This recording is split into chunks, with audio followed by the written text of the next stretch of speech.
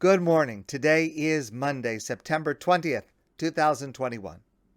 So tonight we begin the holiday of Sukkot and the mitzvah of sitting in a sukkah, about which the Torah says, Basukos teishvu shivas yamim.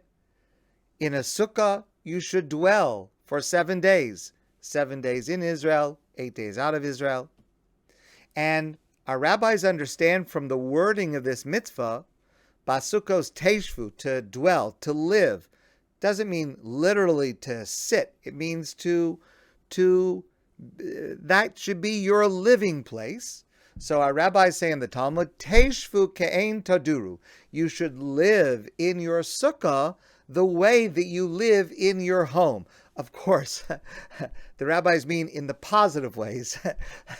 There are certain things that we do in our home we might not be so proud of, but in the positive ways that we live in our home, that's how we should live in the sukkah. And based on that, the Talmud says, mitzta'er, if a person is very uncomfortable because of the sukkah, patur min sukkah, they're exempt.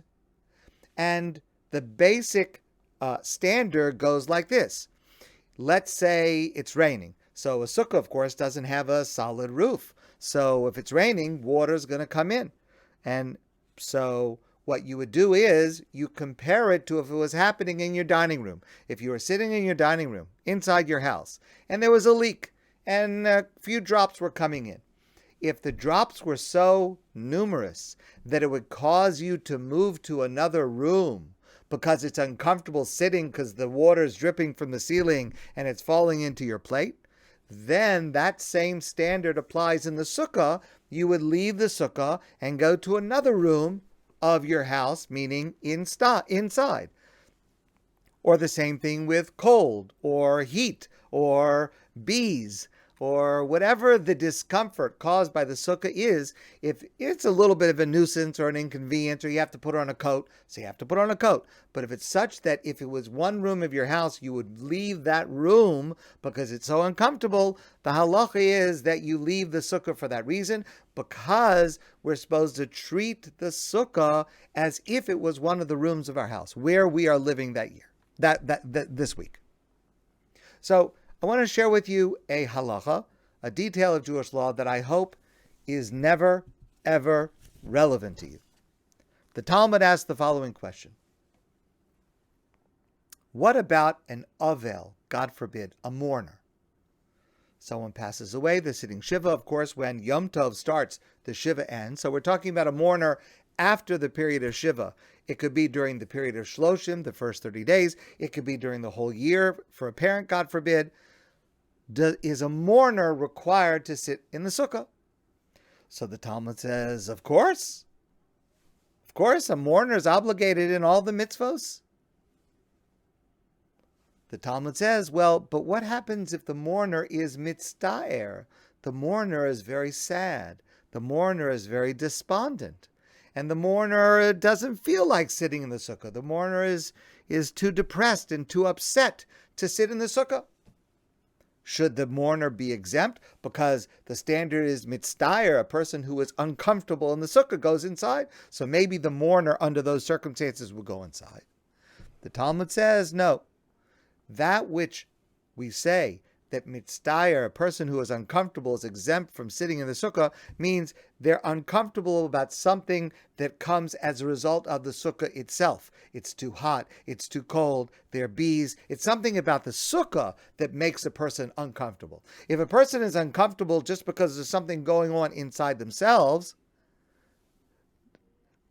aval hacha ihu deka mitzta'er nafshe, this mourner is upset from something that is coming from them, he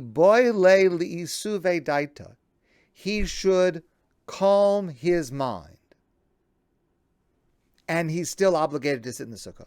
What does that mean? He or she should calm their mind. What does that mean? Rashi says, Chova alav liyashev daita lemitzvah.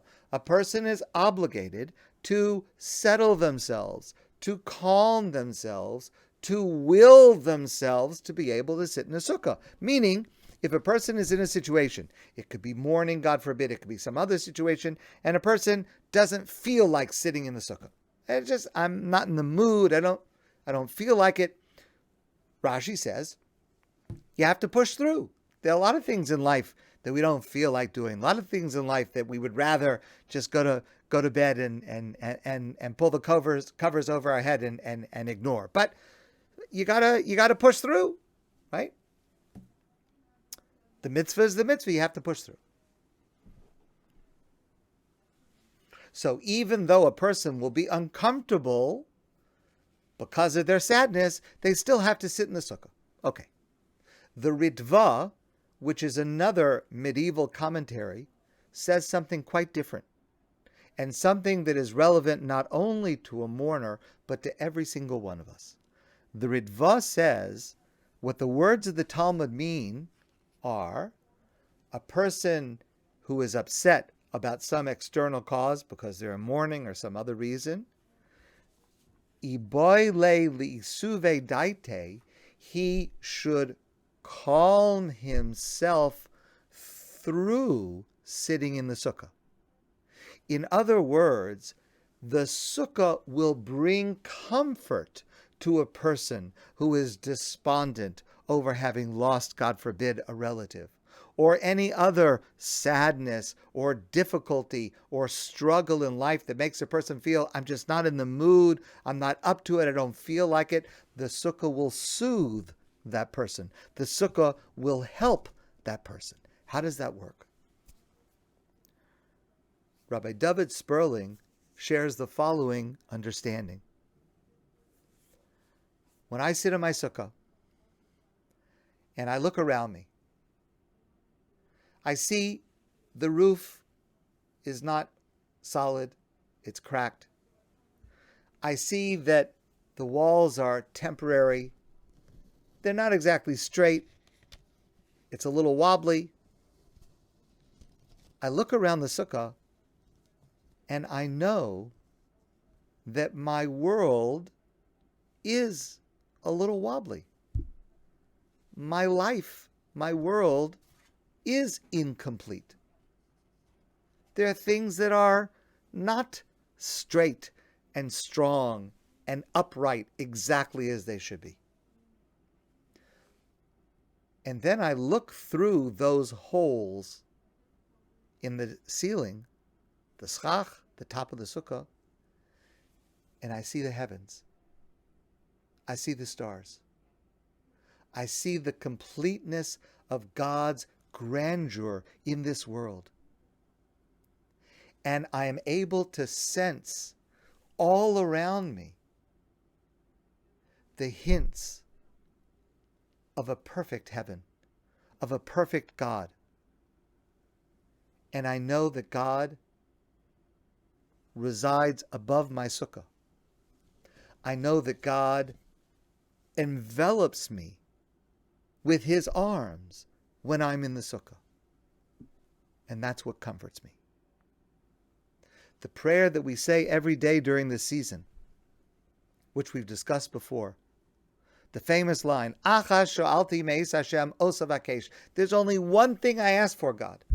Only one thing I'm trying to get to. Shivti beveis Hashem liorachem. Let me dwell in your house forever, God. The sukkah is Beis Hashem. It's God's house.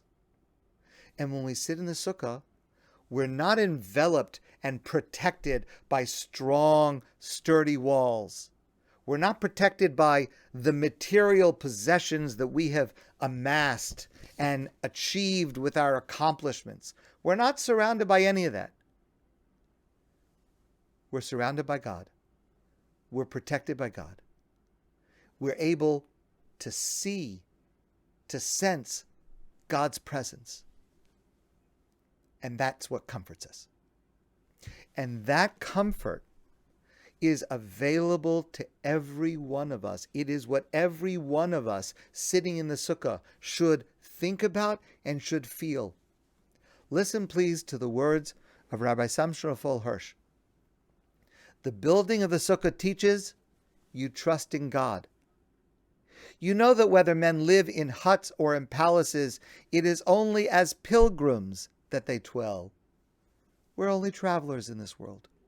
You know that in this pilgrimage, God is our only protection. The Sukkah is a transitory hut that one day will leave us or we will leave it. The walls may fall, the leafy covering may wither in the storm, but the sheltering love of God is everywhere. You dwell in the most fleeting and transitory dwelling as calmly and securely as if it were your house forever, because you're actually being protected and enveloped by God. I've shared this with some of you before, an incredibly beautiful insight of Rabbi Joshua Schmidman of blessed memory. The requirement to build a sukkah, normally we build a sukkah, it's 4 walls. But the minimum requirement is that a sukkah is kosher if there are 2 complete walls and 1 little piece of the 3rd wall. The little piece only has to be about 4 inches long. You could actually have a large part of it open. When the weather's cold, it's not such a good idea. When the weather's hot, it's a pretty good idea. That's all you need. 2 complete walls and a little bit of the 3rd wall. Technically speaking, that's a kosher sukkah. Rabbi Schmidman points out that if you think about that law and you visualize it, it forms the image of an arm. 1 straight piece, a 2nd straight piece, and a small 3rd piece. In other words, Rabbi Schmidman says that the construction of the sukkah is meant to recall in my mind's eye God's loving embrace. The line from Shir Hashirim, where Song of Songs, Shlomo HaMelech writes that God embraces us with his right arm. A straight piece, 1 wall, a straight piece, a 2nd wall, and a small part of the 3rd wall. Starting tonight, we sit in a sukkah and we feel comfort from whatever it is that's going on in our lives. We feel comfort resting in God's embrace. My friends, I want to wish you a wonderful day and a beautiful, enjoyable, calm, loving Sukkos. Look around the sukkah, feel God's embrace, and feel joy and feel comfort. Chag Sameach. I look forward to seeing all of you soon in person.